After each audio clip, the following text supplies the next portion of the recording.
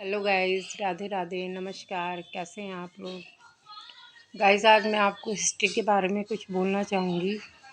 बहुत से पेरेंट्स ऐसे हैं जो जिनके बच्चे हिस्ट्री पसंद नहीं करते और पेरेंट्स को ये लेके शिकायत रहती है कि हमारे बच्चे हिस्ट्री बिल्कुल ही पसंद नहीं करते पढ़ना, और उनके मार्क्स भी अच्छे नहीं आते हैं और बहुत से बच्चे फेल भी हो जाते हैं।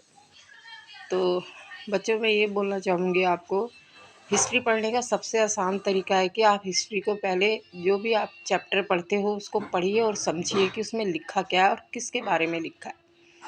अगर मान लो, एक एग्जांपल बताती हूँ मैं आपको, जैसे महात्मा गांधी जी के बारे में अगर उसमें लिखा है कि उनका जन्म कहाँ हुआ है और उन्होंने कौन से आंदोलन करे हैं, तो वो आप अपने पेरेंट्स से भी वो उस बारे में बात कर सकते हैं, या आपके ग्रैंड फादर या मदर है उनसे भी आप पूछ सकते हैं, या वैसे भी आप किसी से पूछ सकते हैं, तो वो आपको थोड़ा बहुत बता देंगे।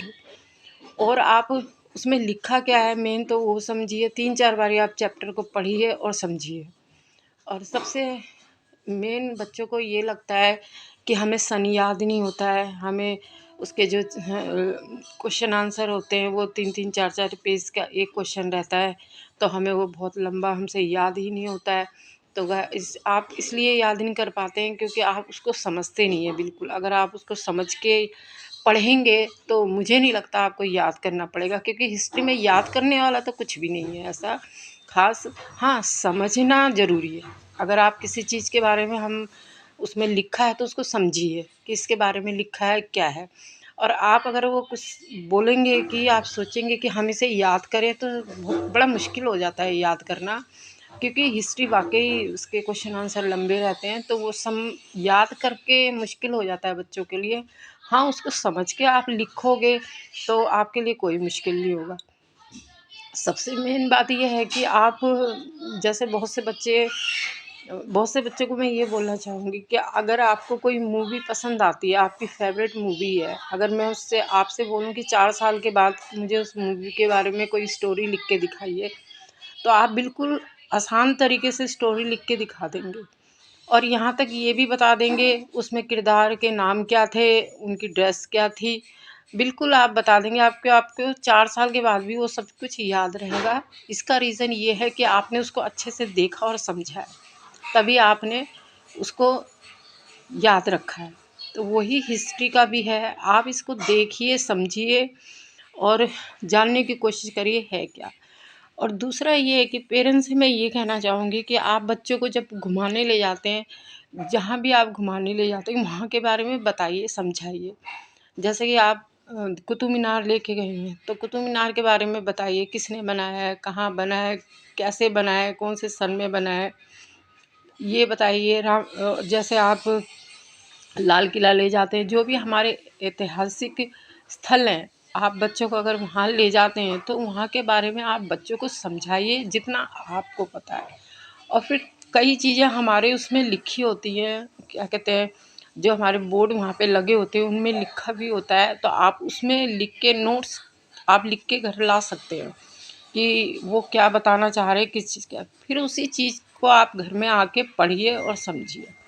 मैं पूरे यकीन के साथ कहती हूँ कि अगर आप उस चैप्टर को समझ के, पढ़ के समझेंगे, तो आपको हिस्ट्री कभी याद करने की ज़रूरत नहीं पड़ेगी और आपको आसानी से ही हिस्ट्री आ जाएगी, और क्वेश्चन आंसर मुझे नहीं लगता कभी आपको याद करने पड़ेंगे, और आप खुद ही उन क्वेश्चन के आंसर ढूंढ लोगे। तो बच्चों मैं यही कहना चाहूँगी कि आप जैसे मूवी देख कर, मूवी आप 10 साल तक याद रखते हैं, 5 साल तक याद रखते हैं, क्योंकि आपको मूवी अच्छी लगती है, समझ में आती है। तो वही चीज़ कहीं न कहीं इस चीज़ को लेके भी है, हमें हमारा जो भी सब्जेक्ट है, हिस्ट्री नहीं और भी सब्जेक्ट है, उनको आप समझने की कोशिश करिए। हिस्ट्री को लेके मैं ख़ास तौर पे ये कहना चाहूँगी कि हिस्ट्री की मेन है कि समझिए, आप उसको जानने की कोशिश करिए कि किन के बारे में बता रहे हैं, क्या है, हकीकत है, सारा कुछ जानिए। आप एक बुक में ढूंढते हैं उस चीज़ को, तो बुक में उतना नहीं आपको मिल पाएगा। मिल जाएगा, सब कुछ बुक में होता है, पर फिर भी आप और किसी से भी जानने की कोशिश कर सकते हैं, और अपने टीचर से आप अलग से भी पूछ सकते हैं इस चीज़ के बारे में, और अपने पेरेंट्स से भी पूछ सकते हैं। बहुत सी बातें तो आपके पेरेंट्स भी बता देंगे। अब जैसे फॉर एग्जांपल आप ताजमहल के बारे में कुछ जानना चाहते हैं, तो आप मान लो 1% ताजमहल गए हो देखने, तो आप वहाँ पे गए हो तो उसको अच्छे से देखो, जानो, समझो कि वो ताजमहल किसने बनवाया, कब बनवाया, उसमें कितने कारीगर लगे। तो अब वो एक सिंपल सी भाषा है, और वही आके अगर आपका कोई चैप्टर है, आप इजीली उसके आंसर आप बिना पढ़े दे देंगे, क्योंकि आपने ऑलरेडी उसको देख और समझ रखा है। तो बस मैं यही कहना चाहूँगी कि ये हिस्ट्री पढ़ने का बहुत आसान तरीका है, और पेरेंट्स से भी यही कहना चाहूँगी कि आप अपने बच्चों को जो भी ऐतिहासिक स्थल लेके जाते हैं, तो लेकर जाते हैं, जाइए और उसके बारे में उनसे बात करिए, उन्हें समझाइए। बहुत से पेरेंट्स है नहीं ले जाते हैं, तो वो थोड़ा-सा मैं मानती हूँ कि गलत करते हैं। हमें जो म्यूज़ियम हम बच्चों को दिखाते हैं, म्यूज़ियम भी हमें दिखाना चाहिए, और उनके बारे में डिटेल में बच्चों को जितना आपको आता है उतना आप बताइए, समझाइए। तो गाइज़, आपको अगर ये मेरी वीडियो अगर पसंद आई है, तो आप मेरी वीडियो को लाइक कीजिए, सब्सक्राइब कीजिए। Bye guys.